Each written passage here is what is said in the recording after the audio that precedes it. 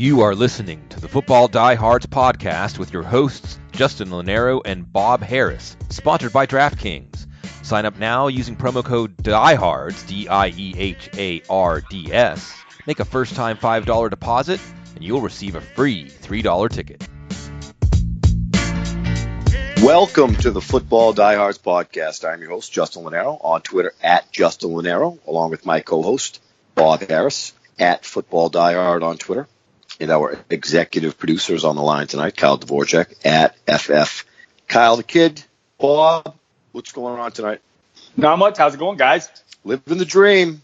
The weather's warming up out here. You live in Albuquerque, so it's always warm there. But it's in New England. It's especially warm today. My air conditioning blew up. So I'm sitting here in a puddle of sweat, or standing in a puddle of sweat, because I don't sit, I stand. But anyhow, we'll rectify that tomorrow. Tonight we'll talk football and take my mind off the blazing heat. We've had some good feedback on iTunes, and that's encouraging to see. I'm looking forward to doing this project with you guys. It's been a success so far. We'll have Jamey Eisenberg on the line this evening of CBS Sports, and Jamey's one of the gems in the industry. Kyle, what's going on, man? Not much. I think, like you said, the reviews, the feedback has been great, and I guaranteed this on Twitter, and I'm confirming here. Every time you leave a review, Bob smiles. He just does it instinctively. He's at home. He feels it, and then he smiles. It was in his contract. That's such a lie. I never smile. Everybody knows it, but we'll play along. That's it. Let's do some news and notes, Kyle. You want to? Yeah, it was maybe a bit of a interesting one for the off season, at least for these dry summer months. We got Julian Edelman probably suspended for an unknown substance. How are you guys handling this right now? Right now, look, all these things that happen right now, I'm looking to press the advantage on them. So, you look in the last few days, Julian Edelman's price has dropped, about a round.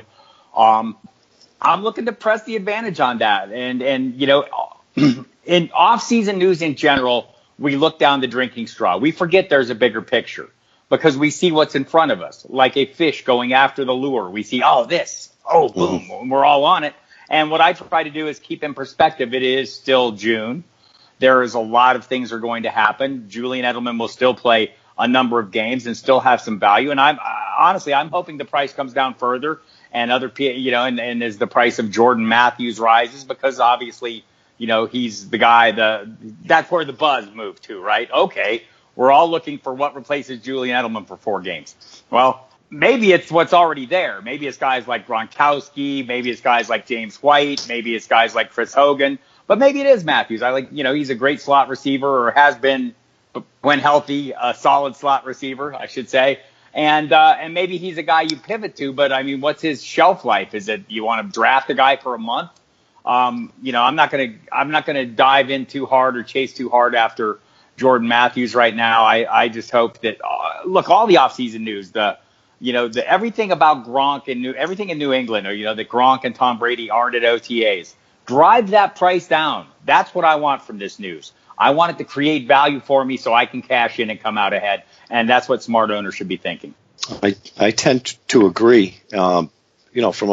Being in the area, Julian Edelman has missed games, but talk about nonverbal communication and rapport with quarterbacks, and Tom Brady's done that with Julian Edelman as well as any quarterback wide receiver duo in the last 5 or 10 years. And Edelman he can catch 90 balls in 14 games. I would think that usually the union will fight, and a suspension like this will get chopped in half. So a healthy Julian Edelman. I wouldn't bet on that. I wouldn't sit here and bet on that right now. The last guy that got a suspension lifted completely was Richard Sherman, and I can't remember anyone beyond that. The getting a suspension chopped in half generally has to do with a masking agent as opposed to a banned substance. Sure. So, is it possible? Yes. Would I be betting on that right now as I'm trying to figure out the value and the plan going forward? Probably not. That sounds like a fan talking, Justin. Yeah, right. Maybe that's the potential upside, but not so much what you're valuing at. If you get that, it's a bonus, but pricing that into him right now, yeah. Right. You're right. And I think that's the thing, though. I want people to react, in a way that's as negative as can. And look, and there's going to be people that react more positively. I think the overarching issue is I'm going to have Julian Edelman likely 12 games, let's say 11 games, right? And again, whether you're playing best ball, DFS, season long, whatever you're doing, you're trying to win the weekly battles at each position. And when he's on the field playing with Tom Brady, Julian Edelman will give you a good chance to come in to fare well in that battle. So that's why I don't want to run off him. Look, if something great happened and there is no suspension, great. I'm heavily invested in Julian Edelman because the price has been right. So the more games I get, the happier I'll be. But what I'm hoping for is a great, drop in ADP and me going, hell yeah, I want some of that, 2 rounds later, 3 rounds later. Which, honestly, Justin, when you were drafting him early in best ball, I mean, he was such a crazy great value because people were just overlooking him. When people first start getting into drafts, they're looking at the ADP list or drafting as much off the ADP list as their own lists. And so he was way down there because last year he finished low. And so I was getting great value on him, and it's been rising. Now I'm hoping it falls a little bit. Yeah, and I like Jordan Matthews. Mike Reese, we talked about a couple of weeks ago with Adam Levitan, who I played baseball, same guy as Mike Reese did, he's engulfed in what goes on in New England. Jordan Matthews is 25, gentlemen. 6'3". We've seen him thrive in the slot in Philadelphia. He's a guy that can catch 75 balls, 900 yards, and 8 touchdowns. And, of course, he hasn't had a quarterback like Tom Brady. So Jordan Matthews could be a steal. And he could have a role despite Julian Edelman's absence. So I think Matthews is a guy I want to have a piece of him. He looks ambitious. I'm reading. He's showing up to practice early. We like that. He's only 25 years old, so he's polished at this point. But there's definitely room for concern. He's putting in the work, putting in the extra work with Tom Brady. But I guess, for me, I need to eyeball test this because for a receiver to succeed in New England, one thing has to happen. He has to be where Tom Brady expects him to be when he expects him to be there. If he's not there, he's catching the ball helps, says Chad Ochocinco, sadly from somewhere smoking a cigar. But you've got to be on that same page. And we saw guys like Chris Hogan come in and do that. So it's doable. And I'm hoping maybe Jordan Matthews can be that guy, but he'll be more of a guy that I look at in DFS that first month. And as opposed to being a draft candidate for me, I'd be looking at other components in the offense. But at this time of year, this is the time to take some gambles. And I know Justin is a fan. You're going to gamble on all the Patriots you can. Okay, so speaking of the eye test, for the first time, we finally saw Andrew Luck throwing passes just like he would 5-yard outs to running backs. Old Andrew Luck is totally back. Am I wrong here, Justin? Yeah, you're not. I mean, come on. We've been talking about this. It's been over 500 games. 500 games, 500 days since he's thrown a football. We know that he's ripped. I don't know that we know who Andrew Luck, the NFL quarterback, is. And I think we would all hate to look back and say this was not Peyton Manning's replacement, but it's his arm. Bob said something a couple of weeks ago about they might have over-tightened it, he had heard. That is scary, scary news. I mean, all the money, they're paying him that type of money for his right arm. So this is going to be a slow process because he's an enormous investment. Now, if you can get him dirt cheap in best balls, you go ahead and do that because he's shown us 40 touchdown upside. And I think, his production will help T.Y. Hilton and so forth. But I'm very hesitant. It's not a knee. It's not an ankle. It's not his left arm. This is a guy that is reliant upon his right arm. And quite frankly, I'm really nervous. Yeah, I think that's a fair assessment. Look, he's only thrown the Duke, the big boy ball, once with Frank Reich and swore Reich to secrecy that he couldn't tell anybody. He's still only throwing high school size balls at the moment. This is a bit of concern, and I guess this this adding to this is we have baggage from last year where we kept hearing all these progress reports, everything's heading in the right direction until the middle of the season, shutting them down, So it looks more promising than that this year because we weren't seeing as much as we're seeing now. He's on the field, but just the fact that he was even saying as recently, I think it was yesterday or today, that he still has a little bit of a mental block about throwing, the regulation football. I mean, Mike Florio wrote about it at Pro Football Talk. That's a concern. We're in June, people. Training camp is a month away. He's not feeling great about throwing regulation-sized footballs yet. This just in. when week 1 comes around, it's going to be a regulation-sized ball. Look, I don't want to overstate the case. This is a process. We'll be watching the process. Justin's assessment is correct, and he is worth something. I got him in round 13 in the best ball, 2 days ago. And I think you could probably wait till a little later. I was drafting at the end and figured it was a long turnaround, so I wanted to get him. But I think the positive side of this news is also going to work in favor of guys like T.Y. Hilton, or at least a guy like T.Y. Hilton. In fact, specifically T.Y. Hilton, and maybe drive his price up a little bit. So watch for that. Okay, so Bob, you alluded to this already, but a handful of players, including Julio Jones, are skipping team practices, your mini camps, or OTAs. It sounded like it didn't really affect you at all. Justin, does this type of news ever affect how you're evaluating a player? No, it's a business. And what we know, I mean, as frustrating as Julio Jones can be, he has you could argue that next to Antonio Brown, Julio Jones is the best wide receiver in the NFL. This is a business. Julio Jones has had his share of injuries, but we've seen this game before, and it'll all end up smooth because you're going to want to keep Julio Jones happy. I'm not concerned about him at all. In fact, tonight or currently, we're getting Julio Jones at a discount like we've never seen before. So there's my take on Jones. And that's the same thing with David Johnson in Arizona. I mean, look, I don't think Julio is going to get a new deal. Like, he's 2 years into a 5-year deal. If you didn't want a 5-year deal, Julio, you shouldn't have signed a 5-year deal. I mean, I get it. He's, guys have moved past him, but you don't get all the benefits, the bonus and everything that goes with a 5-year deal, which is what you wanted.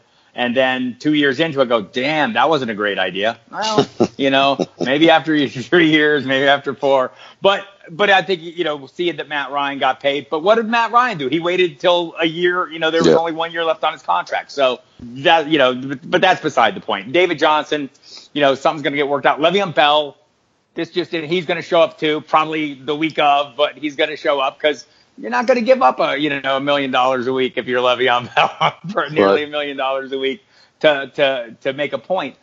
So I think all these things, all I want them for is to create angst and scare other owners away from them so I may reap the benefits. Okay, tonight I think I want to talk about some of the narratives we're hearing this offseason. Every offseason comes around every year, and we hear that this team is on the rise, or this offensive coordinator, coach so-and-so in high school in his Pee Wee League, and they've got a good connection, the offense is going to take flight, or this running back is all the rage. But I kind of want you guys to cut through the fog a little bit and tell me what we are fading and what we're accepting as truth, or maybe at least have some truth to it in these narratives. Number one, Justin, you can go first. The Bucs offense is getting all the pieces together. They re-signed Cameron Brate. O.J. Howard's going into his second year, plus Chris Godwin, Mike Evans, Deshaun Jackson. It looks like they have all the pieces, a new back in Ronald Jones. But is this year it finally comes together and we see Jameis Winston become this star QB1? I really hope so. And I'm an optimist, and I like what they've done with Jameis Winston. They drafted him with the intent that this is the guy, this is the future. And that's exactly what he is. Now, if he can knock off the nonsense, the game scripts haven't favored Jameis Winston his whole career. But look, the confidence at this point in time, he's 24 years old. He's going to throw the ball over 500 times. I think he'll push for 30 touchdowns. Like you said, Kyle, you talk about Mike Evans. Now we're talking about a top 5 NFL wide receiver. He's been frustrating. Deshaun Jackson we know what Deshaun Jackson is at this point. And the list goes on and on. I have high hopes for Chris Godwin, who they're going to utilize. And the real hope, and of course they drafted O.J. Howard last year, who primarily blocked at Alabama, but it's a specimen. And Cameron Brate is a top 15 fantasy tight end, is to have that balance. And they drafted Ronald Jones, and we're reading early on that it might be somewhat of a timeshare with Peyton Barber and Charles Sims. How long are we going to hear that name? He's going to be the third down back. Quiz Rogers is still there, but I think Ronald Jones can bring that balance. And if there's balance, the defense has been beefed up. Jameis Winston can throw 30 touchdowns. And we've talked over and over how you can have these quarterbacks really late, starting round 9, round 10. I think Winston's one of these guys that I am comfortable drafting Jameis. He's going to throw interceptions. He makes stupid passes. If he can kind of knock that off, pieces are there for Winston to be a QB1, and primarily based on the talent surrounding him. So I'm optimistic about Winston. I put him in the top 15 to 18. tonight, but there's a ton of quarterbacks that are in that range, and I think the numbers are similar. Why I lean on Winston, he's going to throw the football 550 times, where when you look at a player like Marcus Mariota, we love the player. The last couple of years, they've been run-oriented. The offense has changed in Tennessee, but I want a quarterback that's going to sling the football, and I certainly want a quarterback that has Mike Evans and Deshaun Jackson and the up-and-comer Chris Godwin, and Adam Humphries is still there as well. So weapons galore. Balance will be paramount for the Tampa Bay Bucs offense, and I'm really curious to see where Ronald Jones is. All right, Bob, the next offseason narrative that I've seen a lot is that LaShawn McCoy will just get enough volume to push through what seems to be headed towards a bad, if not really bad, offense. This is a guy who, since the end of the league, leads the league in PPR points, has 6 RB1 seasons to his name, but is this finally the year we see him come out of that tier? I don't know if he comes out of that tier. I do know that I'm not all that eager to draft him, but the price is not horrible. I mean, he's coming off in that second tier of running backs as a running back too. If I can land him there, depending on how a draft plays out, I'm okay with it. The volume does matter. I don't see Chris Ivory cutting the work as long as he's healthy, because McCoy is essentially that offense right now. We'll see what happens at quarterback, but we know what's going on at wide receiver. They don't have a whole ton of them. They have Kelvin Benjamin and Charles Clay, both of whom are probably more like tight ends than wide receivers. That was a mean blow at Kelvin Benjamin. But look, I like Benjamin. But the key for me, and we talked about it all last year, and we're going to talk about it all this year, offensive lines matter. We've lost 3 key components from that offensive line. Center Eric Wood retired with the injury issue. They traded away Cordy Glenn, and Richie Incognito's gone. So that's a concern for me, in addition to a lame receiving core, in addition to a rookie or a young, unproven quarterback, whether it's A.J. McCarron or Nathan Peterman, who apparently has been outplaying McCarron in OTAs. I'm not eager to get him, but the price is starting to look a little better to me. There's still guys I would rather have. They're going after him, and that list of guys, I'm not super high on Devonta Freeman, but Freeman's going after him. McKinnon I would much rather have. Fine with Joe Mixon, fine with Jordan Howard, fine with Kenyon Drake, Darius guys.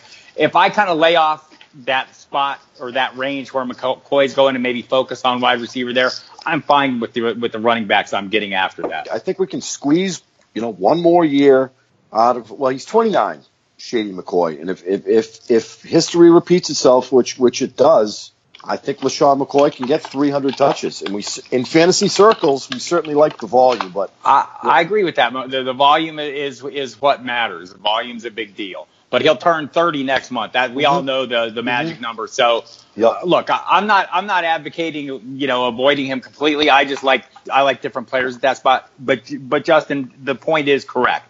Volume is still king. He is a single back. There's not a ton of those in the NFL, and it's worth taking a shot on it. I don't want to use even a term like rolling the dice, because we all know what LaShawn McCoy is. I just think it's the ancillary components that concern me in the overall offense that worries me. It'll still be a major factor, though. Yep. All right, Justin, Jimmy Garoppolo traded to the 49ers, goes 5-0 as a starter, throws for over 300 yards per game. That's nearly 5,000 yards over the course of a whole season. But through just 6 touchdowns, I guess that has me questioning who's the true Jimmy Garoppolo. Is he the prolific passer that we saw in his yardage totals, in his quarterback wins, if you buy into that? Or is he more down to earth in just 6 touchdowns in a 5-start span? ADP of 110 on MFL 10s right now. Is this an offense you can buy into as the next big thing, or do you think it's getting a little overhyped? I think it's real. And as an NFL fan, I think we want to see the 49ers do what they did in the 80s. Jimmy Garoppolo has the confidence. We know who we sat behind here in New England. I think we're going to kick ourselves down the road that we let him go. The sample is too small to call him Joe Montana or Steve Young at this point. That said, Kyle Shanahan has done some wonderful things on offense, and I think Bob just mentioned Jerick McKinnon. I think it's time for us to see who Jerick McKinnon is. We didn't get to see him thrive in Minnesota. Pierre Garçon has been steady for a long time, and look, there's a tight end by the name of George Kittle, and Marquise Goodwin is there. So there's some pieces on offense. Are they a 10-win team? I don't think so. the sample is way too small for Jimmy Garoppolo. He might be touted higher than I think. Look, quarterback is a position now where, and we talk about this every week, and we're going to continue to talk about. There's 25 to 30 quarterbacks we might be comfortable playing every week, and the Jimmy Garoppolo hype to me is similar to Patrick Mahomes' hype in fantasy circles. I find it difficult to draft Garoppolo where he's at over the likes of a Matt Ryan or a Jared Goff at this point in time, or even Alex Smith, because I know what those quarterbacks are and I know what their capabilities are.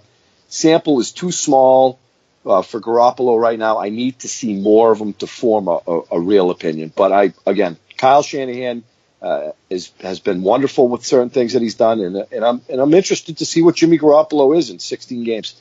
Bob, Case Keenum comes into the Vikings from the backup role and then leads them to really a miracle type season, or just a Cinderella run where it seemed impossible for a quarterback who had been a career backup who had struggled as a Ram to come in and do what he did. Yet with the help of Adam Thielen, Stephon Diggs, he does lead them to an incredible season. Did he find discount Adam Thielen, Stephon Diggs in Denver with Emmanuel Sanders, Demaryius Thomas? Is this going to be Minnesota light now in Denver? Well, first of all, I draft my quarterback based on looks. Garoppolo's going top of the heap, right? And quite a bit lower. That said, that out of the way. Keenum's cute. He's not Jimmy GQ, but he's got a lovable face. All I want him to do is be lovable. Here's the thing for him and these wide receivers. They have a quarterback. Last year they had 3. That means you don't have any, right, in the NFL. When you have 3 quarterbacks, you don't have any quarterbacks. When you have 1 quarterback, you have a quarterback. We're pinning a lot of hopes on the Case Keenum of last year. And he worked with a pretty good coaching staff there in Pat Shurmur, now with the Giants, but he has a long history of working well with quarterbacks. Prior to that, he was pretty pedestrian, right? So it's a little bit of a concern. Is he the journeyman that plied his trade without great distinction or success the previous 4 years? The Broncos bet on it last year being the real deal, and he does have some history with Gary Kubiak, who now works in the Broncos front office. Formerly the coach, was a coach in Houston and worked with Keenum there, so he probably had a hand in that. I think the key is he just offers some stability for Demaryius Thomas and Emmanuel Sanders, and his fantasy owners. Look, I'm not as averse to drafting Keenum when I wait really late on quarterbacks if he's my quarterback 2 in nearly the last round, because, you're going to get him there. And I just think that's, he's going to have some solid games in that regard. And I do think Demaryius Thomas, every year we talk about Demaryius Thomas having a comeback, a bounce back year. This guy catches 1,000 yards almost every year, and then you've got to come back from 1,000-yard season. Last year it was less, but that's my point. Is he still looks like a pretty good player. The targets should be there. Emmanuel Sanders has to stay healthy. I think maybe Cortland Sutton, not that he's going to be a huge contributor, but if they can get him some snaps on the outside and move Emmanuel Sanders into the slot, that will benefit Emmanuel Sanders. So I do think this is an upgrade for all involved, because last year it was horrible. That has to be an upgrade, almost, probably. Yes. All right, Justin, final narrative before we get into these quick hits. I'll give you guys each choice between players, run on sentence, 30 seconds, you know the deal. But before that, the sophomore running back class we've got right now might be one of the best running back classes we've seen in the past decade. How many of them will land in the RB1 range? Ooh. Fournette. Yep. Cook. Alvin maybe Kamara. McCaffrey in PPR.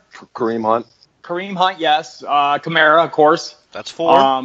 Look, if one of the 2 Packers establishes himself, or the other one breaks his leg, anything's possible there. I doubt it, but throw an Aaron Rodgers offense. That's the right. I think we've hit the Joe Mixon maybe. Is a possibility. I'll put Mixon there.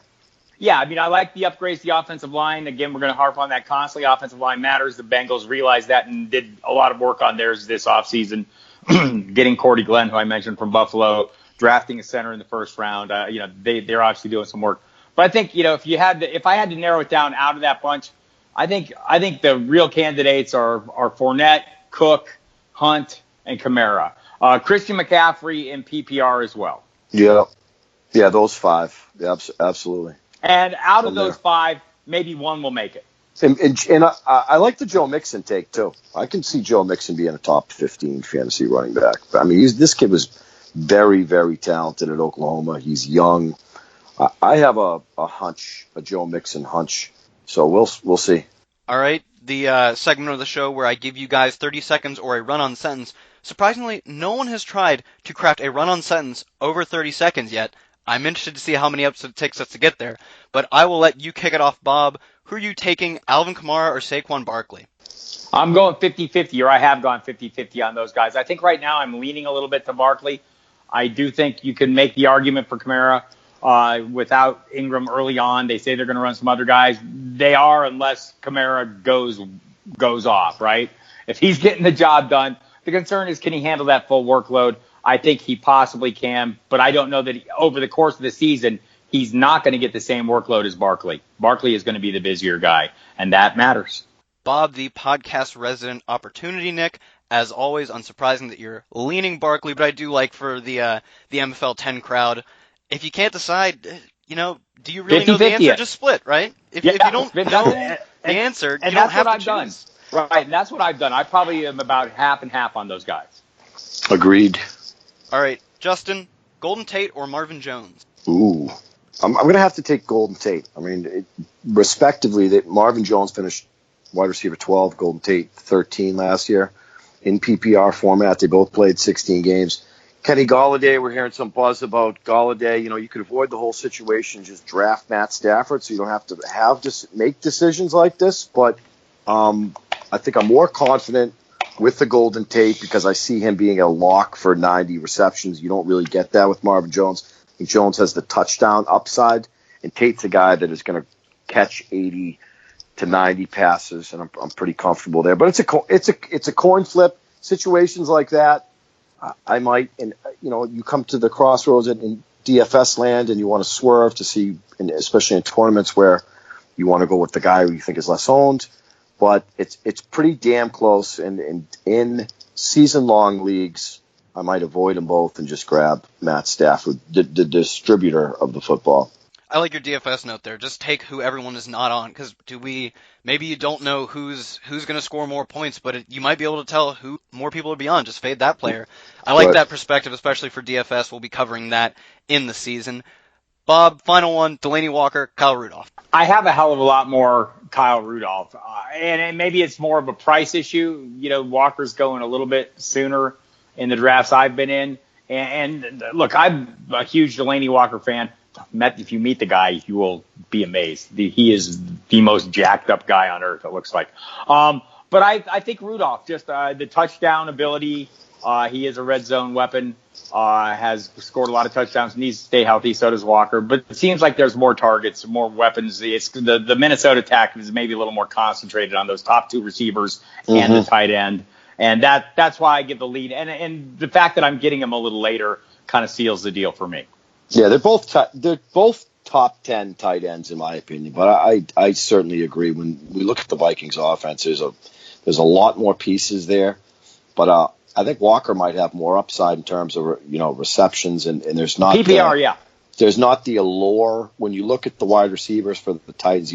We're optimistic about Corey Davis. We like Rashard Matthews, cheap and as a sleeper, but there's not the glamour and glitz like they have in Minnesota with Stephon Diggs and Adam Thielen. Yeah, it's like a round difference, right? So, right. I mean, Walker's not going as high as he has in past season. Guys like Evan Ingram have moved up. Jimmy Graham's up ahead of him.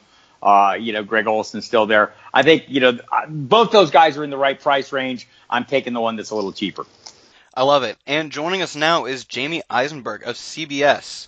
We have Jamey Eisenberg of CBS Sports on the line tonight, gentlemen. Mr. Eisenberg, how are you doing? I'm doing great, guys. Thanks for having me on. I appreciate it. How are you guys doing? We appreciate you. I'm doing great. Thanks for coming on, and also thanks for all the work in the magazines, the Pro Forecast, etc. Always love having you every year. One thing that I know that you're kind of been talking to Pete Prisco about, the whole Andrew Luck situation. We talked about it earlier in this show. Kind of throw out your thoughts on where Andrew Luck is and where he might be heading. Well, obviously it's a good sign that he's, finally started throwing after 500 some odd days, at least, publicly. I think we're still in a wait and see, mode, to hopefully get him throwing the Duke by training camp, the real football by training camp. if I'm doing a best ball league, I'll take my chances on him.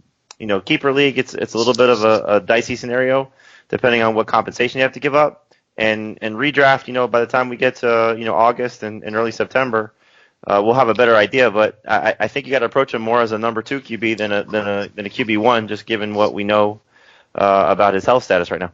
Jamey, you're a full-time fantasy analyst, and you get to spend your days around many sharp analysts, including Mr. Dave Richard. What are you seeing in drafts and mock drafts this year the more casual players may not be picking up on? I think probably the depth at running back. We've kind of seen the position come back to, I don't know, prominence, but certainly relevancy. Where you don't have to necessarily spend your first couple of picks on running backs. You can certainly take a little bit more of the zero RB approach and be comfortable with it. Whereas probably the last couple of years it was a little bit more of a hope scenario. You had eight running backs added in the first 2 rounds of the NFL draft that I think I'll have a chance to be good, in some cases great. You saw last year, the class that we had and the guys that came, not necessarily with the early round picks, as we know, Kareem Hunt, Alvin Kamara. I think it's, seeing a little bit of a lack of talent at the receiver spot, especially at the top. And so, it kind of lends itself to maybe going receiver heavy in the early rounds, and you could still get, very good running back talent, middle and late. Yeah, looking at that, and I couldn't agree more. And we were talking about LaShawn McCoy being a guy. I know you're not high on him, and neither am I. So, some of those younger guys look appealing. At wide receiver, if you're kind of waiting until the middle round stuff, there are guys out there that I think people are overlooking. Pierre Garçon seems like a great value. Michael Crabtree seems like a great value. How do you feel about those two? Yeah, I like them a lot. I mean, obviously, Crabtree's going to a situation where the quarterback isn't great, as we're well aware with what Joe Flacco has done the last couple of seasons, but the targets are there, with them revamping their entire receiving core. And so, he's been very good finding the end zone. If he can, take hold of that number 1 spot, which I think he will. You look at John Brown and Willie Snead, and neither of them are kind of intimidating in terms of leading the team in targets. Brashad Perryman's probably going to get cut. So, and young guys at the tight end position. So I think you'll see whether it's Joe Flacco for the majority of the season or Lamar Jackson. Crabtree's certainly going to get his opportunities. And the same thing with Garçon. I mean, he was a 1,000-yard receiver 2 years ago. He's certainly proven that he can catch the ball. Touchdowns tend to escape him, but I think just given again what the receiving core is there in San Francisco, he steps into a situation where Jimmy Garoppolo will probably lean on him quite a bit. You cover a lot of off-season news. What type of news are affecting the way you see fantasy players, and what are you looking at that's just noise? What are some examples? I mean, I think it's just the general depth chart ranking and who's taking reps and OTAs and who's taking reps at minicamp. I was at Dolphins minicamp last week, and obviously you get excited about certain guys that are in systems or with coaches that could be successful, like Mike Gesicki, for example. Mm-hmm. Adam Gase has a great track record of using the tight end, but just because he ends up in a situation that's good, you got to understand that position, as you guys are certainly well aware, it takes a while for rookie tight ends to have success. Every now and then we get an Evan Ingram, but that's kind of rare. Right. So, Gesicki running, with the second and third team, in some cases the fourth team, it's kind of just, finding, I think, the people that you trust, beat writer wise, newsbreaker wise, and not necessarily just falling for Derrick Henry and Deion Lewis are 1 and 1A. They're 2 different type of running backs. Just you got to be smart with how you approach these things and depth chart and all those type of scenarios. The Packers running back situation. Yay, Ty Montgomery's back. Well, Ty Montgomery hasn't been able to stay healthy for more than 5 games in a row. So it's one of those things where just understand who guys are and what the scenarios are, and don't necessarily fall for a guy looks good in shorts. Yes, they all look good in shorts, it turns out. One of the things that we all look for is, we're looking for this year's Rams, this year's 49ers, these offensive resurgences that are going to drive fantasy fortunes. And we all have an eye on Chicago as, Matt Nagy's there. Look, an offensive mind. They got some skill players. How do you feel about that offense? Is it something you're investing heavily in? And also, conversely, when we look at the Rams, are you expecting some regression there? Just based on teams are studying the film all off season, and maybe we shouldn't be as high on them as maybe some of us are? Well, I think if you look at it with the Bears standpoint, let's just say Matt Nagy comes in and says, you know what, I'm not a Mitch Trubisky guy. Let's go spend all of our money on Kirk Cousins in a fantasy world, because that's what we're talking about here. If Kirk Cousins walks into that offense with Allen Robinson, they draft Anthony Miller, they sign Taylor Gabriel, they sign Trey Burton, they have, it could be a fun little gadget player in Tariq Cohen, a very good interior offensive line. And I think if you just look at what the weapons could be with a, skilled quarterback or proven quarterback, it'd be like, wow, this could be pretty exciting, could be fun. The wild card is Trubisky. That's obvious. So if he's good and if he takes, it's a fair comparison with the Rams because you have offensive-minded head coach comes into a situation with, a young quarterback who was drafted high who failed as a rookie. I mean, you can't get a better comparison than that because that's exactly what McVay had when he got Goff. So, I'll take a flyer on Trubisky if I'm so inclined to draft two quarterbacks, depending on how many roster spots I have. I'll definitely look at Allen Robinson, just with the hope that he bounces back. I love Trey Burton. I'm a little bit biased because he's a Gator. I'm a Gator. But, we've seen him when he's gotten an opportunity. Every time Zach Ertz has been out, he's been successful. And Tariq Cohen, look, he's a Jordan Howard injury away from, potentially getting a lot of work. And certainly, again, with what the opportunity could be even in the secondary role with how they may use him, especially PPR, he's going to be fun. So I like them. I think the Browns obviously are going to be fun to watch and see how this all unfolds.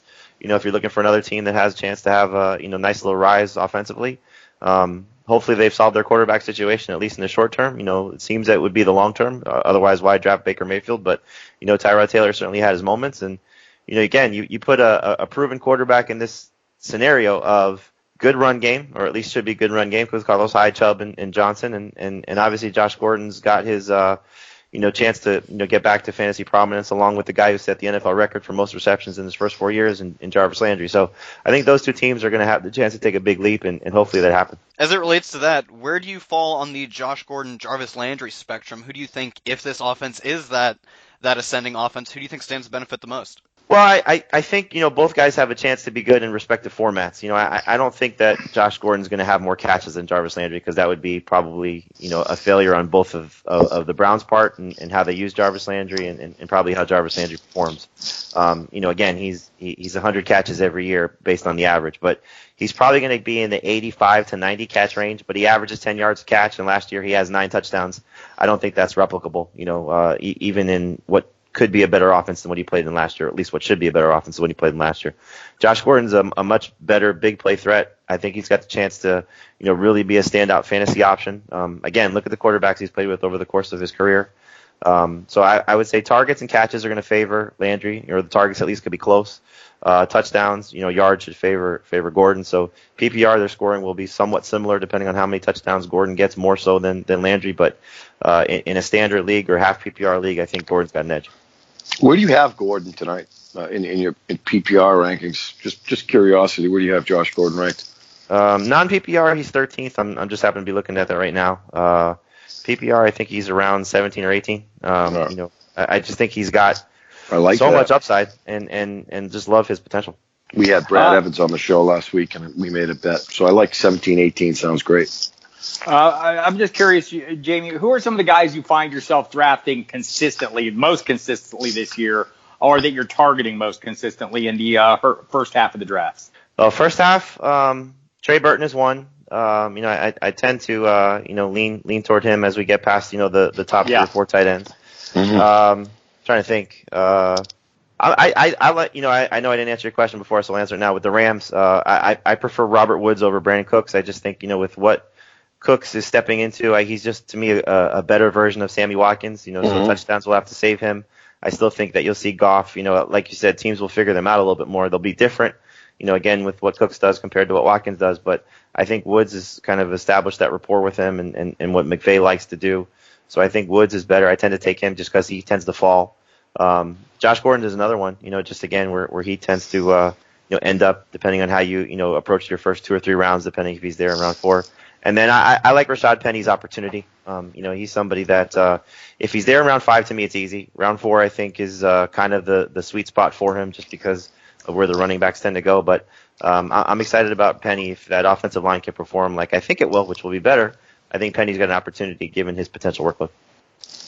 Before we get you out of here, Mr. Eisenberg, I know you're busy. Give us a couple names that you were highest on. And if you want to do a couple quarterbacks, a couple running backs, a couple wide receivers, a couple tight ends, that's fine. If you want to do 2 total, that's fine as well. I know you're a busy man.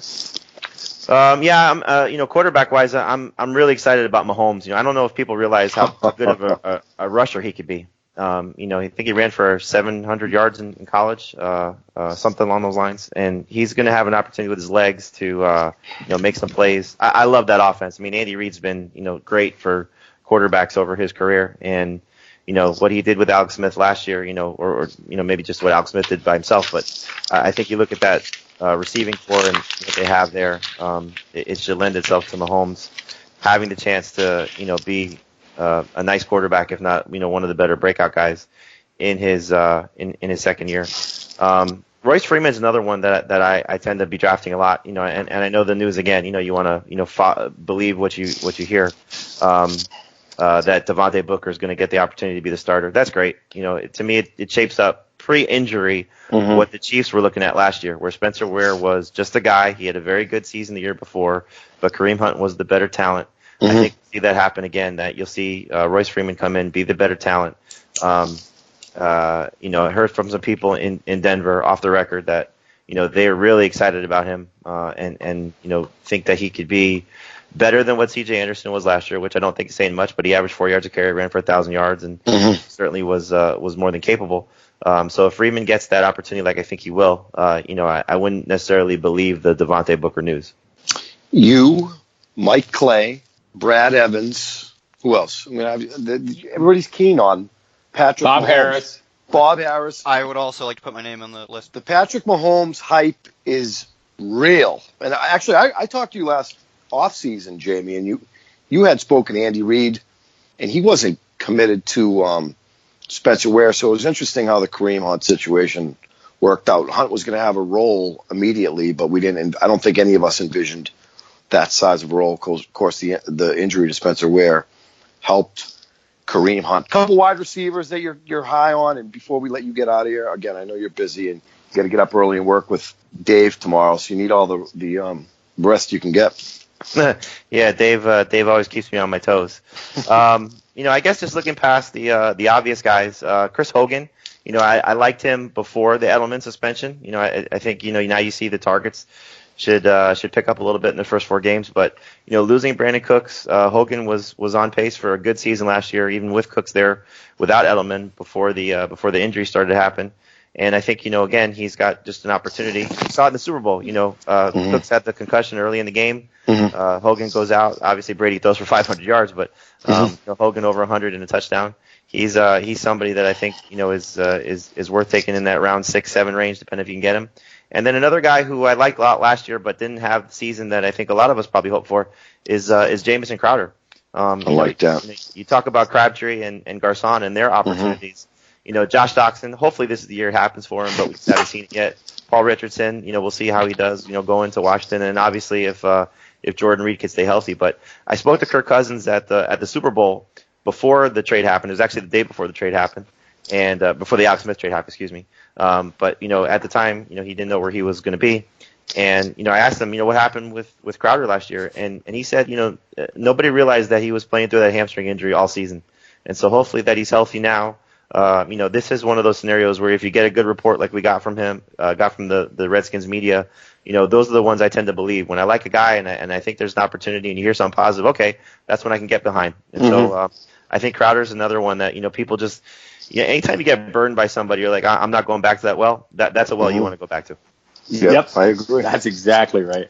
Definitely agree. Well, hey, Mr. Eisenberg, what do you have going on currently at CBS? I know I'm trying to get rid of you. I can't get rid of you. I love speaking with you. What do you guys got going on right now in June? Actually, our you can sign up for our game on CBS Sports that I believe opens on Tuesday the 19th. And you should check us out. We have this new streaming channel that we launched, CBS Sports HQ, where myself and Dave and a few of our other fantasy guys are on there, giving all of the stuff that we're doing in the summer heading into training camp. But if you check out CBS Sports HQ, you can find it on Roku, Apple TV, all those fun things. It's a great service and a good alternate to that 4-letter network that has kind of gotten away from just sports talk, sports analysis, breaking down games and stuff like that. Wonderful. Jamey Eisenberg, ladies and gentlemen, thanks, and hopefully we can catch up with you during the regular season. Oh, that'd be great. Yeah, I appreciate it. Thanks for having me on, guys. Thanks, Jamey. Yeah, thanks for Have a joining good night, us. Jamey. To the listeners, make sure you follow Jamey Eisenberg at Jamey Eisenberg. Thanks for joining us, Jamey. You got it. Thank you, guys. All right. All right, you going to pick that winner? In the winner of the Scott Fishbowl 8 entry, Derek Wiley at DWiley1223 on Twitter.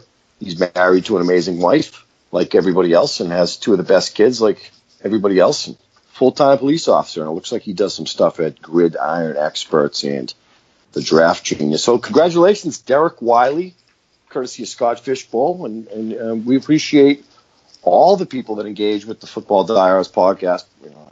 Big thanks to, and I can speak for Bob and Kyle when I say that. I thank all of our listeners for unless he gets in the same league with me and whoops my ass, then we're gonna have to. Then it's on you, right. Justin. That's right. That's and right. we'll probably have some more contests ahead, various prizes based on Football Diehard subscriptions, etc., etc., etc. Yep. That'll do it for the Football Diehards podcast with Justin Lanero and Bob Harris. Make sure you follow us on Twitter for all your Football Diehards updates. You can find Bob at Football Diehard, find Justin at Justin Lanero, and myself at FF Kyle the Kid. Thanks for tuning in.